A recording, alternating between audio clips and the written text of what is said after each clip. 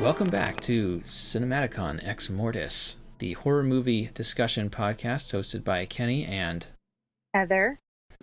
As promised, we're back with Bride of Frankenstein from 1935.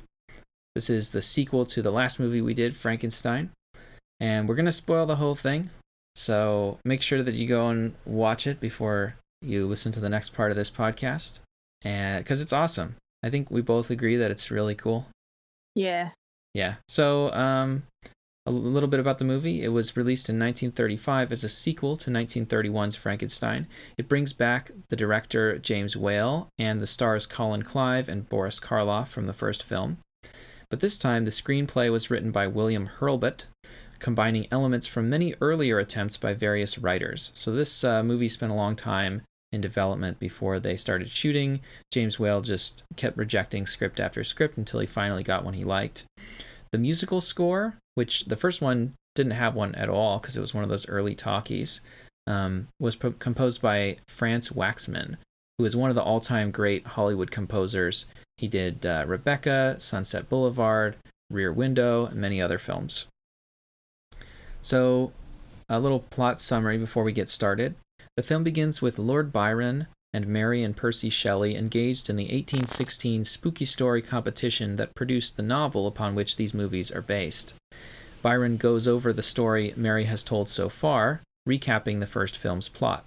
Henry Frankenstein created a monster by reanimating a body made up of pieces of human corpses, which then ran amok, ultimately being trapped inside a burning windmill. As the structure collapsed, Frankenstein had seemingly fallen to his death. Mary informs her friends that there is more to the story, and we transition into the film proper. It turns out that both the Mad Doctor and the creature survived their seeming demise at the end of the previous film, and while the creature continues its rampage, Frankenstein is pressured by the malevolent Dr. Pretorius to create a mate for his monster, and thus begin a whole new race of beings. At first he refuses. It's only when Pretorius teams up with the creature, who has learned to speak from a kindly blind man, that Frankenstein is finally forced to go back to the lab to create the creature's bride. So, a little about this picture's place in film history. This was one of the last of the Universal horror movies, or really any horror movie, to be made for a while, in this sort of golden age period from 1931 to 1935. You can maybe push it to 1936. I think there was another one, Dracula's Daughter, that came out in 35 or 36 after this one.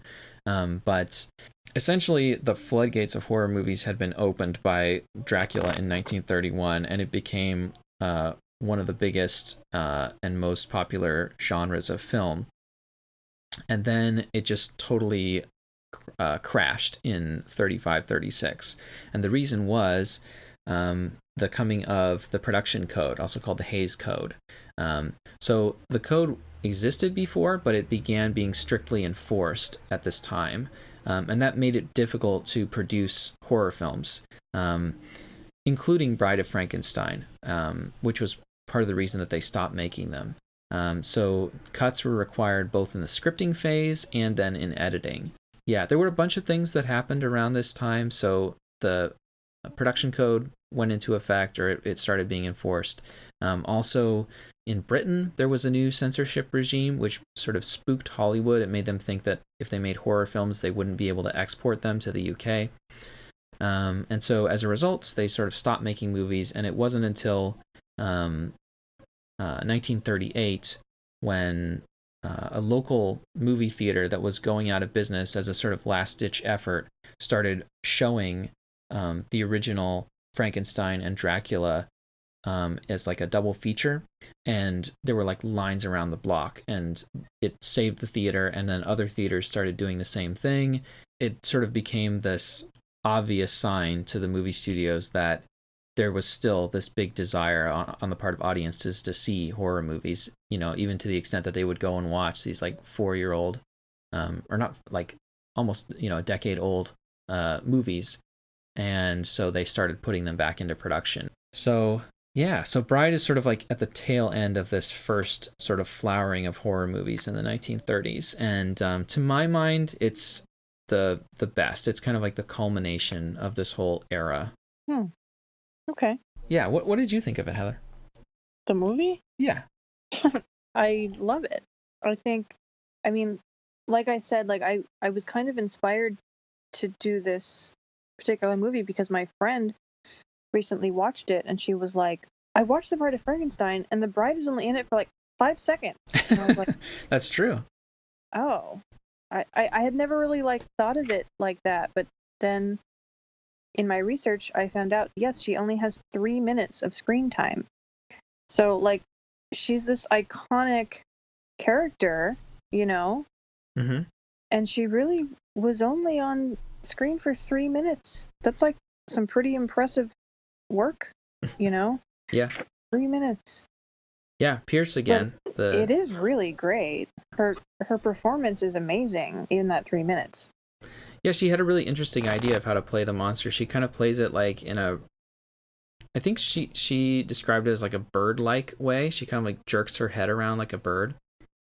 Oh yeah, she was inspired by the swans in Regent Park, London. She said, The she here is Elsa Lanchester, by the way. yeah, sorry. She described them as being really very nasty creatures.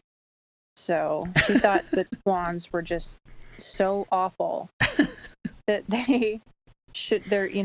they're horror villains basically. So that's where she got that idea. Although the bride really isn't villainous at all, I don't think. I mean, in No, the tiny amount of film that we see, she doesn't do anything violent. She's just kind of like perplexed and frightened by the things around her, and then she dies. Yeah, it sucks, honestly. Like I think that's a sad ending. I mean, she was already dead, so I guess it's well, not as the monster says, we belong dead. Yeah, same. So I didn't realize until after I saw the movie that Elsa Lanchester, is that how you pronounce it? Yes.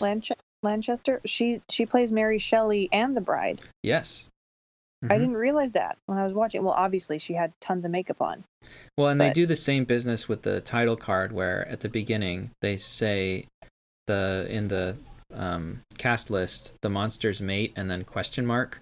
But I think in this case, at the end, when they repeat the cast list, they still don't tell us that it's Elsa Lanchester. Okay.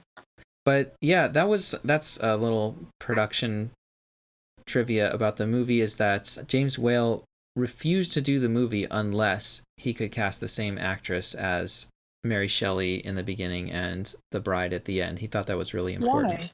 Why? I don't know. It's an interesting sort of thing. Yeah, that's really interesting. The bride is his meaning. Like, why was he so dead set on that? I mean, I guess I have a theory.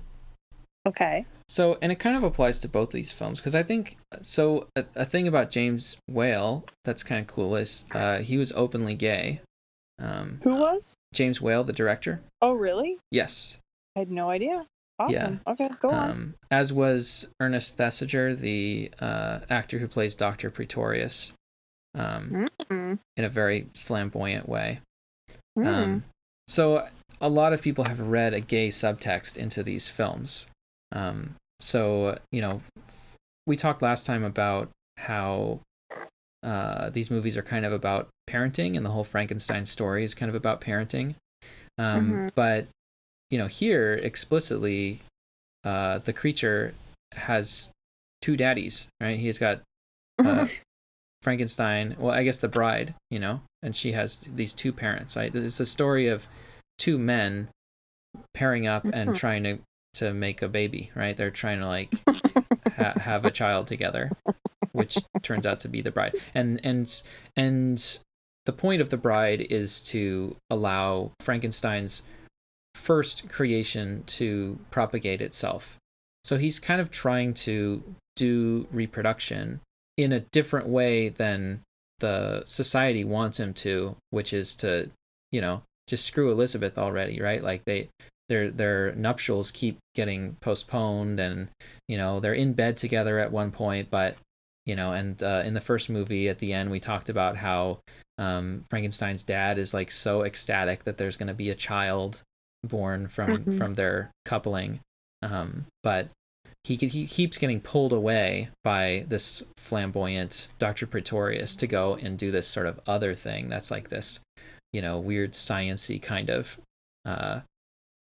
asexual but still kind of sexualized procreation. So there's a sort of subversive element to the film in that way. And I think there's a lot of like subversive scenes here that, despite the heavy censorship of the film, so much comes through in the subtext, where you have Dr. Pretorius referring to the Bible as like children's fairy tales.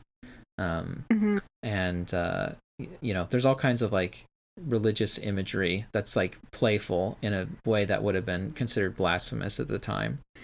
But I think it's interesting that the sort of explicit message of the film is deeply conservative, right? So at the beginning, we get this wonderful framing story of Mary Shelley and Percy Bysshe Shelley and Lord Byron, where Mary Shelley explains that this is a moral story, and the moral is to not, go looking in places where you shouldn't be looking. Don't seek to be like God and know too much, right? So it's the Garden of Eden story all over again, right? Don't eat the apple. And, of course, we see in the movie at the end that at the end of both movies, the creature is destroyed. And the message is like, that was a bad idea. Don't, scientists, be careful. Don't go and try to find out things that contradict the Bible or that go against religion. Nonetheless, with this sort of like explicit conservative text, we have this radical subtext going on in both of these films, and especially I think in Bride of Frankenstein. And so maybe that was part of why he thought it was important to cast the same actress as the bride, because it kind of shows that Mary Shelley is in on it in a way. Like, she is imagining herself as this creature at the end of the story. Okay, cool. That's a lot of really good information. Yeah, I don't know. This is something I've always thought about Frankenstein, even, putting aside the potential gay subtext in the film versions directed by James Whale. I think even the book, it's kind of hard not to see it as a story about vagina envy. Like, like this is something that women have that men don't, that they can create life inside of themselves, and men throughout history, I think, have been really uncomfortable with the fact that women kind of have to be involved in the process of making children. And so there are problems that arise from that, like, how do you know that the child is yours? How do you know that she's not fooling around with somebody else? There's this sort of like desire to control the reproductive process more than is actually possible. And so this story is kind of like this fantasy, this male fantasy of making a child, making your own creature in your own likeness all by yourself, which is kind of fascinating in that it's not written by a man, it's written by a woman. But yeah, I don't know. I wonder maybe if she's having some fun at this idea, or critiquing this whole male scientific project of trying to control life. It's really interesting. It's good stuff. So, talking about the bride, I think another thing that's weird about the bride is like, so she's the bride of the creature, right?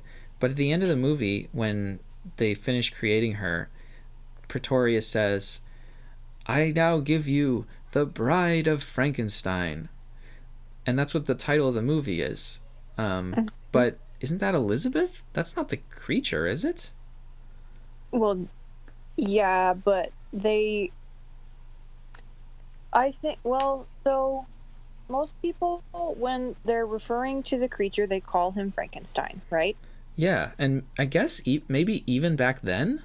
Yeah, I think they did, and then they just, even those who were making the movie, like, since everyone was already doing it anyway, they just started doing it. You know what I mean? That's weird It's though. like, Like, if is y'all Dr. idiots keep Pretorius gonna... confused about whether Frankenstein is the monster or the No, scientist? no, I think that he's definitely referring to the monster. They just got in on it, I guess. They just, The only they way I can make also, sense of it is he's using the word of in a like, different because he sense. created it. Yeah, like the bride made by Frankenstein, not the Right. bride who is married I to think it Frankenstein. could be either of those things. Obviously, he's not implying that, like, Henry is going to marry his creation. I would not watch that movie. I am not down with that at all. Yeah. It is kind of interesting though that like in that sense this movie is in on that cultural confusion between the creature and the scientist. Did you know that Valerie Hobson, who played Elizabeth, was only 17 and Colin Clive was 35? I did not know that. Ew. Well, that's probably Stop it. I was going to say period appropriate. What? Why? Well, Nothing about that is appropriate. Don't use appropriate in that sentence. well, because like people used to, marry much younger women, but Stupid. that kind of leads to the question of like what period is this set in, and I'm actually not sure. We don't know if she was playing a 17-year-old, obviously. But it almost seems to me still. like this movie is set in the present day of 1935, because Well, at one point they're in a like a crypt, and they dig up a corpse, and doesn't it say like on the headstone that she died in like 1899? Oh, I don't know. I'm pretty sure. And then it's like a skeleton, so it's already an old tomb. I don't know. Yeah. I don't know anything about that. I thought in Frankenstein, like the first one, I thought it was like many, many years ago. But then again, I don't know anything about, like, so that's like a German village, right? Yeah, like, it's set in Germany. Okay.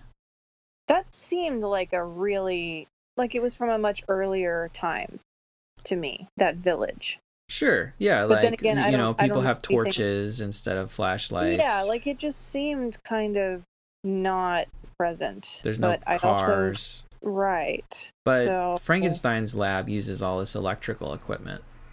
So that makes it seem like, that has been invented. True. So that really only came about in like the very late 19th century. Okay. Although, interesting little factoid is Mary Shelley got the idea for Frankenstein after reading about scientific experiments where they had applied electrical current to the muscles of like frogs and stuff, like dead animals, and made them twitch. So, the use of electrical current in scientific experiments goes back to like the late 18th century, but the actual like, electrical motors and stuff like that's in the Frankenstein movies, I don't think would have existed before the late 19th, early 20th century. So another big change from the original film here is that now the monster speaks. Oh, yeah. Yeah. So how do you feel about that? I don't love it. It's okay. It's fine, but I don't love it. I think I do love it. You do? Yeah. And part of the reason is maybe we should have talked about this with the original Frankenstein, but I think because he can't talk in that film, it kind of makes me lose the plot after a certain point. Like, until the monster escapes from the tower where he's created, it's always clear to me what his motivations are and how he's feeling about what's going on. You know, like Boris Karloff's, you know, physical acting is like really good, and it's just the film makes it clear, you know, that he doesn't like Fritz, that he's, you know, wants the light, that he's, you know, whatever. But then once he escapes, I kind of am not sure, like, what the hell is the monster think he's doing? He goes he goes into town, and he attacks Elizabeth. Does he know that that's Frankenstein's house? How would he know that? Was he just wandering around randomly and he happened to go in there, and then he like goes rah at her, and then she faints, and then he leaves. So was he really trying to attack her, or was that just like an accident? And then he goes away, and then he attacks Frankenstein at the end when everybody's chasing him, right? He like hides and then jumps out at Frankenstein. Yep. And then he kind of knocks him out, and then he grabs the body and takes it with him into the windmill. And it's like, what does he think he's gonna do with with Frank? Does he think that he's dead? Is he gonna hold him for ransom? Like, what the hell is the monster doing in that movie? He just does random stuff. I hadn't thought about it at all, honestly. I don't know what his plan was. He was just fucking wilding out. I don't know. Like, you'd think he would. You'd think if he thought he had killed him, you'd think he would just leave his body. Yeah. So I don't like. Whereas in this movie, I think we have like a joint. He was gonna kill himself, and he was gonna take the doctor with it. I don't know. I have no idea. Yeah. Whereas here, I think his motivations are always crystal clear, and I think it really we get more of a developed sense of the creature's character, and what he wants. You know, he wants not just, you know, to not have fire put in his face, but he wants companionship. Like he's lonely, and it makes him a lot more sympathetic. I also really love that we see the at least a large part of the process of language acquisition for the monster, as he's, you know, taught various words by the blind old man. So what are you making noises for? I have so many feelings about the.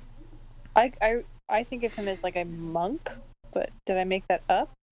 He's some kind of recluse. Yeah, he lives out in a cabin in the woods like by himself. Some kind of like, I don't know. Yeah, okay, whatever. He's wearing some robe thing. So he's a hermit. Yeah, he's the hermit.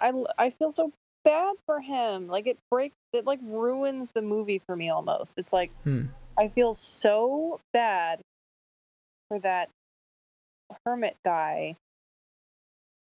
Everything is ruined. He's just so. You feel bad because he makes friends with a monster and he doesn't realize it's a monster. Yeah, he's like praying for a friend. He just wants a fucking friend. Like, and then so he's like a mirror for so the monster. Yeah, they're both lonely. Yeah, and then the monster shows up, and the guy's just like so happy. He's like, my prayers have been answered. Oh my god, I love you. Like, he's just like so happy to have a friend. He's so happy to have a friend. Yeah. This guy's blind. He's fucking blind. He's blind. He lives in the woods. He doesn't have any friends. He's shredding that violin like a motherfucker, and no one's around to hear it, and it just breaks my heart. And then, yeah, the monster shows up, and everything is set for him now. That's all he wanted. He just wanted a friend. Mm-hmm. And then the monster, obviously, like, people show up, and they're like, "Oh my god, it's the monster!" And then, you know, everything's ruined. Yeah, so that's this movie's version of the scene with the little girl, right? Like, you have to have the character who is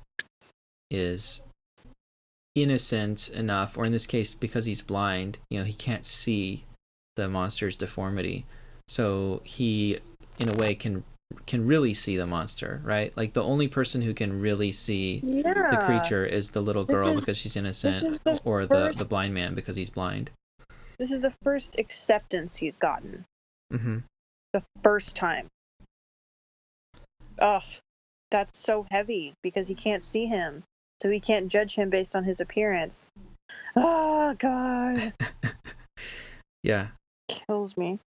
So we see the whole process of the creature learning to speak, and I think that's really really cool. And it's something that almost no character in any movie has, where when this creature speaks later on, we know exactly what his words mean in his mind.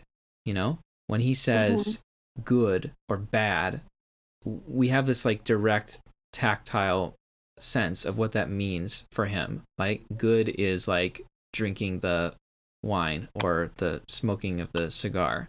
It's like that direct sensation to him is good. Like he has this I don't know, we have this direct emotional connection with the monster where his words bring back to our mind the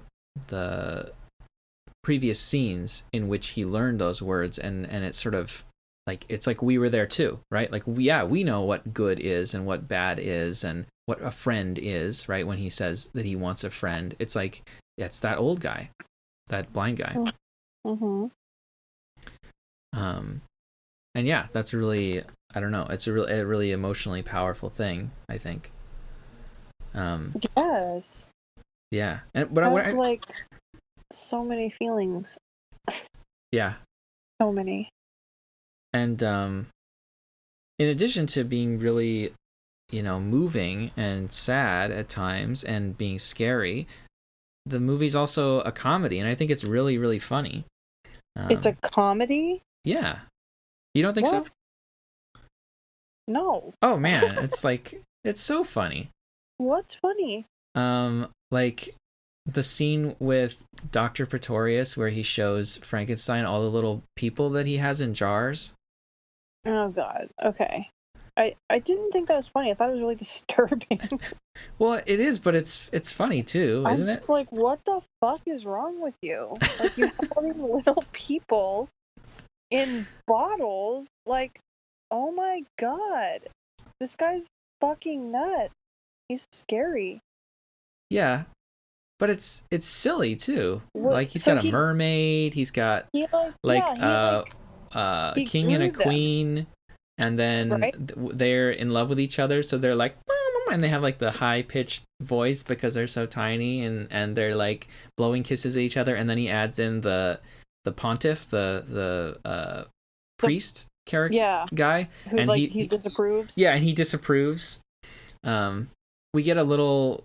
There's all these like little subversive comments that Pretorius makes, right? Like, of course the clergy are obnoxious, and he's like, and then what does he say after the king? I think the king like gets out of his bottle to try to get over to the queen, and he says something like, Pretorius says like, oh, even with royals, romance is such a nuisance.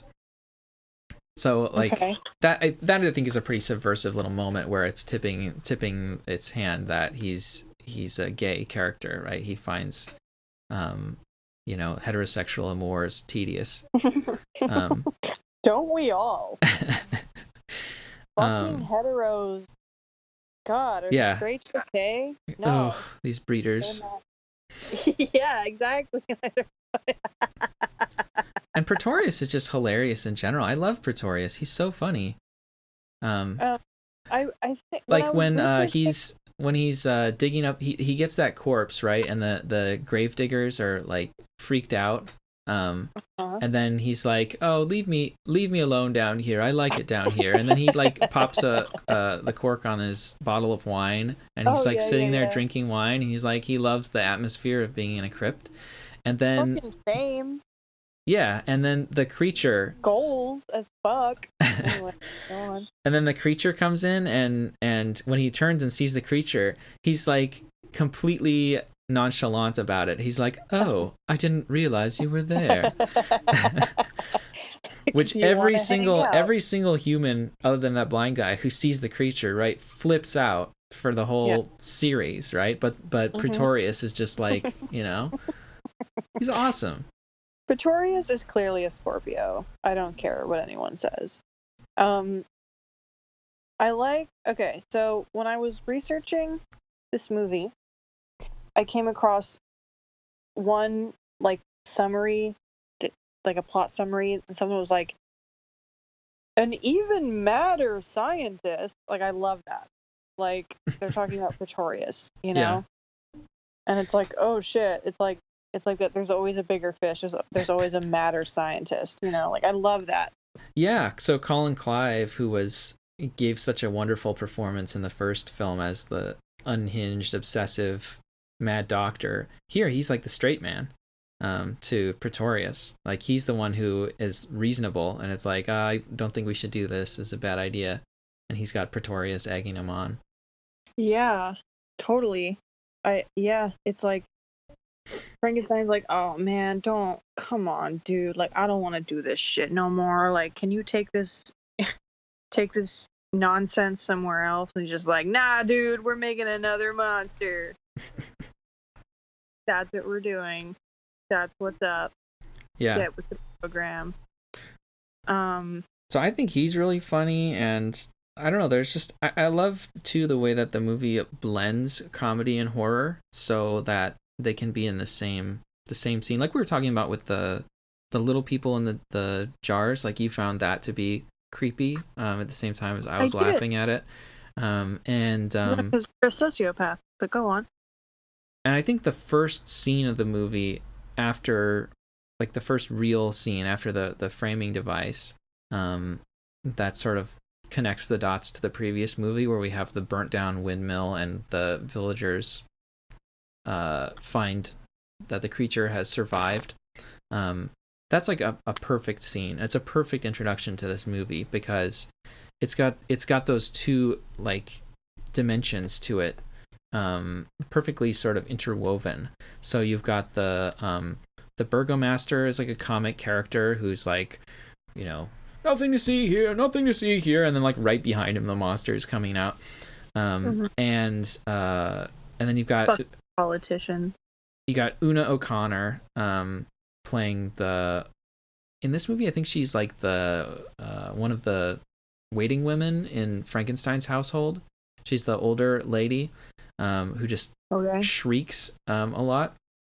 And she's hilarious, and she's like super happy that the monster died, and is, you know, like, it's too good for him. So we've got those sort of comic characters hanging around the burnt down windmill, and then in the same scene we have the parents of the girl who was murdered in the first film. So these are like tragic figures, and the husband can't help himself. Over his wife's objections, he goes over to look into the ruins and make sure that the monster's destroyed, and he falls in, and it turns out the monster's there, and he strangles him to death. So we have this like super, for 1935, like super horrific and violent thing, and it's also like really messed up when you consider that, you know, these are the grieving parents of the child that the monster has killed, and now he's killing them. And but then when the monster comes out, you know, Una O'Connor shrieks in this theatrical and silly fashion. Like, she, you know, when she sees it, she's like, you know, and you know, like her eyes bug out, and she runs off, and it's like we're in Scooby-Doo now, you know, like that. It keeps shifting back and forth and sort of playing with our expectations. James Whale said that for a long time he didn't want to make the film, which is probably part of why there was such a delay between this, a 4-year delay between this and the previous one, because he just felt like he had done everything that he wanted to do with the story. But then when he did decide to do it, he said, well, I'll do it, but only if I can do it as a hoot. So okay. And I think, you know, watching the movie, like, you can tell that he did make it a hoot. It works as a horror movie, but it also is this sort of madcap parody of itself. Yeah. Okay. So, do you think this film has any flaws? Yeah. That fucking blind man should have a friend. I'm pissed. Yeah, I think you're confusing a flaw for a strength. What are you talking about? Because that's a great sequence. We just talked about how great it Okay, is. no. I think it would have been nice if they'd, like,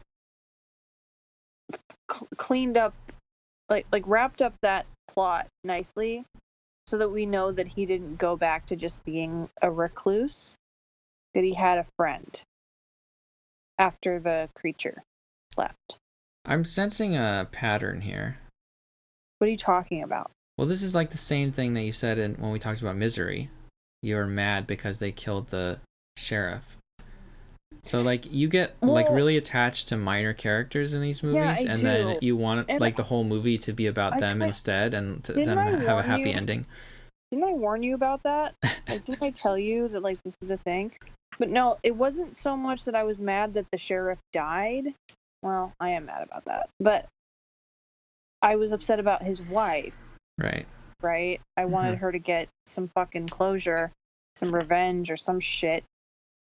Anyway, that's that movie. This movie, that's the only thing I would change.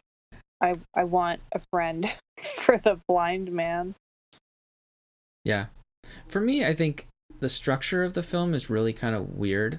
And I don't necessarily think that's bad, but it kind of just like goes from one thing to another. So it doesn't have like the careful sort of tragic, dramatic structure of the first film. It's much more episodic.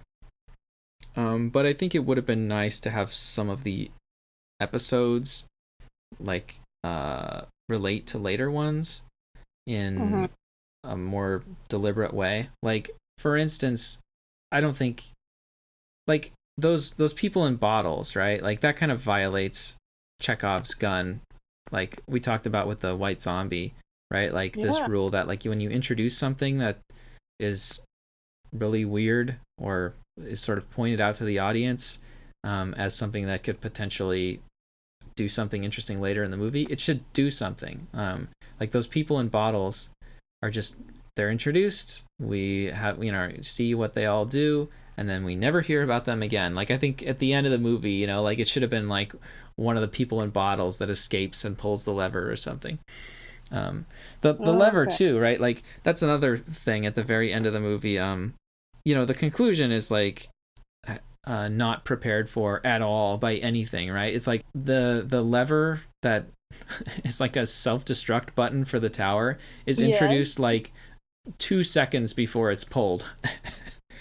And you think it should have been introduced earlier in the film? I would think, like in a modern movie, I think you would introduce that earlier. Yeah, in some context where it's not obvious. Lever. Yeah. This is my oh shit. This is my oh shit lever. Shit's gone south. Abort. Yeah, like, and then it would be, in the end, there would be some kind of struggle over pulling the lever, right? And so it would be kind of this protracted thing, right? Like, in Star Wars, right? Like, they introduce early on the idea that there's a way to destroy the Death Star, and then, they have to form a plan to do it, and it's like, so it's not a shock at the end when, you put one missile into the hole and it blows up the whole thing. It's like, imagine if in Star Wars it had ended with this, like, climactic lightsaber battle between Luke and Darth Vader, and then as Darth Vader's dying, he's like, oh, now I'm dead, now nothing will stop you from pushing the button that destroys the Death Star that has never been mentioned before. And Luke's like, oh, awesome, he pushes the button and runs away, and it blows up. It's like, oh, okay. So I guess that existed, like yeah, that's probably not the optimal way to write your screenplay. Well, I hadn't thought about it. I think it's kind of sad how it ends. Yeah. I mean, what a fucking fuckboy. Like, this woman doesn't like me, so I'm gonna kill us both. Oh, you're mad at the creature at the end. Yeah.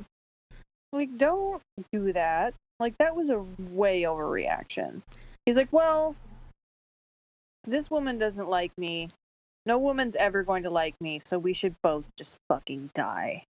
Like, bro, don't be such a whiny little bitch. He's being, like, emo. Yeah, he's like an incel. He's like, he's like, what, you know, when you reject a guy and he's like, well, you're fat anyway. It's like that. It's like, well, fuck you, die. You know, it's like, ugh. Well, it's also like he committed the same mistake that Frankenstein did in creating him, right? Like he created this thing.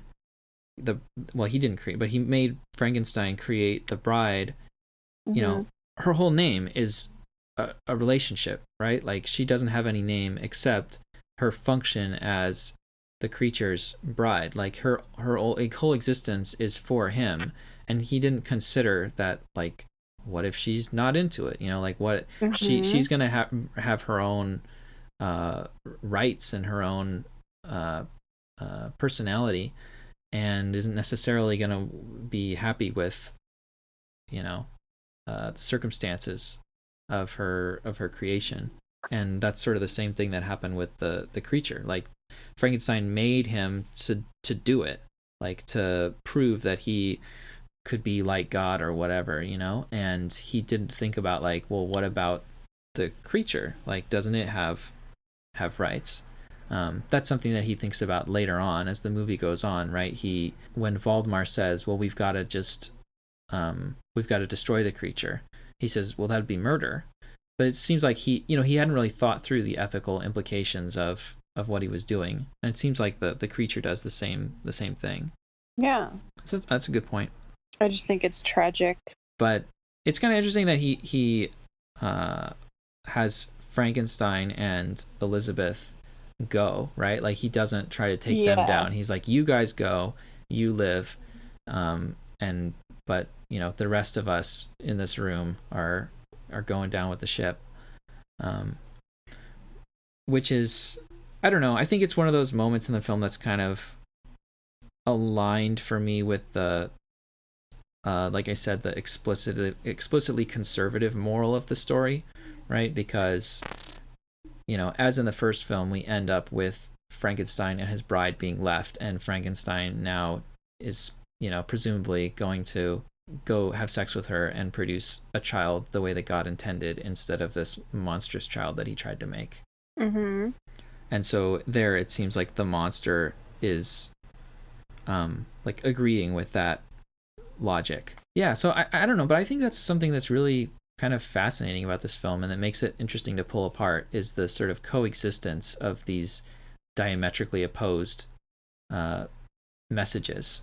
We've got like the big picture story that seems to say, don't be like Frankenstein, do what God wants, you know, go and make babies. And then there's this subtext that's like, maybe God is evil, maybe you shouldn't make babies, maybe you should go and have a gay lover and, you know, do crazy science shit, you know? That's an awesome fucking message for a movie to have. Yeah. Be gay and do science. Yeah. Weird science. Have fun gay science with your friends. And damn the consequences, you know? Oh my god. Go do gay science. Don't make any fucking babies. God is evil. The end. Goodbye. All right, so I guess that's all we have to say about Bride of Frankenstein. Next time, join us. We'll be talking about You're Next. So I hope that you will be with us next time to talk about You're Next. I quit.